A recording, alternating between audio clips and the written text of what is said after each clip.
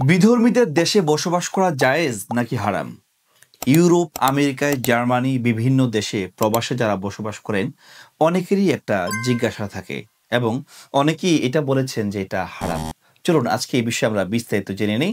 আসলে এই বিষয়ে যে হাদিসগুলো আছে সেই হাদিসগুলো আমরা একটু বিশ্লেষণ করে জানবো।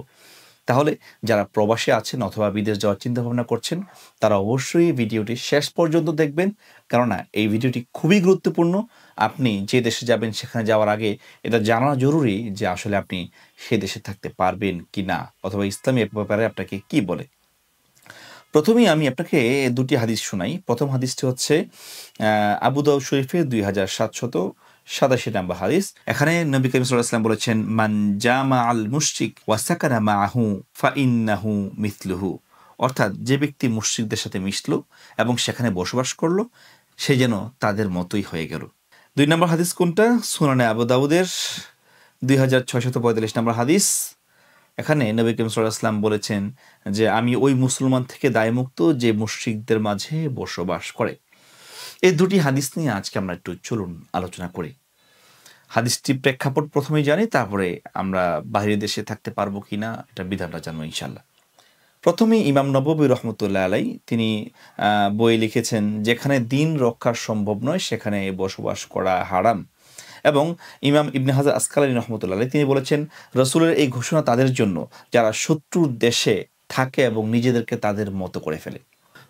প্রথম হাদিসটা সম্পর্কে আমরা জানি, নবী করিম সাল্লাল্লাহু আলাইহি ওয়াসাল্লাম যে বললেন যে মুশরিকদের সাথে থাকলো এবং তাদের মতো হয়ে গেল, তার কারণ হলো গিয়ে নবী করিম সাল্লাল্লাহু আলাইহি ওয়াসাল্লাম যখন হিজরত করেছেন, হিজরত করার পরে তো মদিনায় চলে গিয়েছেন, কিন্তু যারা মক্কায় রয়ে গিয়েছেন অধিকাংশই কিন্তু তারা প্রকাশ্যে নামাজ রোজা করতে পারতেন না, তাওয়াফ করতে পারতেন না এবং তারা ইবাদত করতে পারতেন না। তাদের ওয়াহদানিয়াত, যে আল্লাহর প্রতি একাত্মবাদ বিশ্বাস, সেটাকে প্রচার করতে পারতেন না। তাদের ধর্মগুলো তারা পালন করতে পারতেন না এবং এই জন্যই নবী করিম সাল্লাল্লাহু আলাইহি ওয়াসাল্লাম বলেছেন যে সে যেহেতু তাদের সাথে মিশে গিয়েছে সুতরাং তাদের মতো হয়ে গিয়েছে। এটা বলা হয়েছে এই কারণে। আরও একটা কারণ হলো, যখন যুদ্ধ লেগে যেত, যুদ্ধ লাগার সময় যেহেতু মক্কায় যে সমস্ত মুসলমানরা বসবাস করে, মক্কার সকলে যদি যুদ্ধ করে সেক্ষেত্রে যুদ্ধক্ষেত্রে তো যাওয়া লাগবেই, এটা সামাজিক নিয়ম তো মানতেই হবে। কিন্তু দ্বিতীয় হাদিসটা লক্ষ্য করেন, যখন তারা যুদ্ধ করতে যেত মুসলমানদের মনে উদ্দীপনা থাকতো যে আমরা তো মক্কায় থাকি যদিও, তবু তারপরে আমরা মুসলমানদের পক্ষই যুদ্ধ করব এবং কাফেরদের বিরুদ্ধে যুদ্ধ করব, আগে আমরা সেই ময়দানে যাই। কিন্তু দেখা গেল যে তারা যখন যুদ্ধ করার জন্য সেখানে যাইতো, তখন মদিনায় যে সমস্ত মুসলমানরা থাকতো তারা তো তাদের অনেককে চিনতো না এবং না জানার কারণে ভুলক্রমেই হত্যা করে ফেলতো যুদ্ধের ময়দানে। নবী করিম সাল্লাল্লাহু আলাইহি ওয়াসাল্লাম এই জন্য এই হাদিসটা বলেছে যে যারা এরকম অধ্যুষিত খ্রিস্টান বা ভিন্ন ধর্ম অধ্যুষিত অঞ্চলে থাকে তাদের ব্যাপারে তিনি দায় নেবেন না। তার কারণ হলো গিয়ে একজন মুসলমান যখন আরেকজন মুসলমানকে মেরে ফেলবে সেটা তো অজ্ঞতাবশত হয়েছে, কেননা সে জানে না।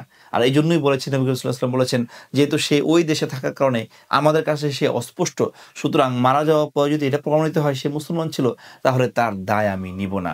অর্থাৎ তার কোনো ক্ষতিপূরণ হবে না, তার মুক্তিপণ যেটাই হোক, ক্ষতিপূরণ বলতে এটাকে কি বলে, হত্যা করলে, ভুলক্রমে হত্যা করলে যে ক্ষতিপূরণ দিতে হয় সেটা হবে না। তার কারণ হচ্ছে নবী করিম সাল্লাল্লাহু আলাইহি ওয়াসাল্লাম তাকে মুসলমান বলে জানতেন না।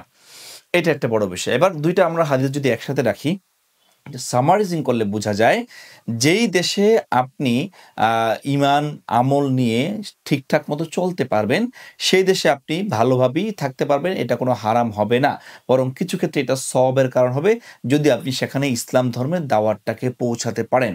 আর যদি সেখানে ঈমান আমল নিয়ে থাকতে না পারেন এবং আপনি আপনার স্বকীয়তা বজায় রাখতে না পারেন তাহলে সেই জায়গায় থাকা উচিত হবে না।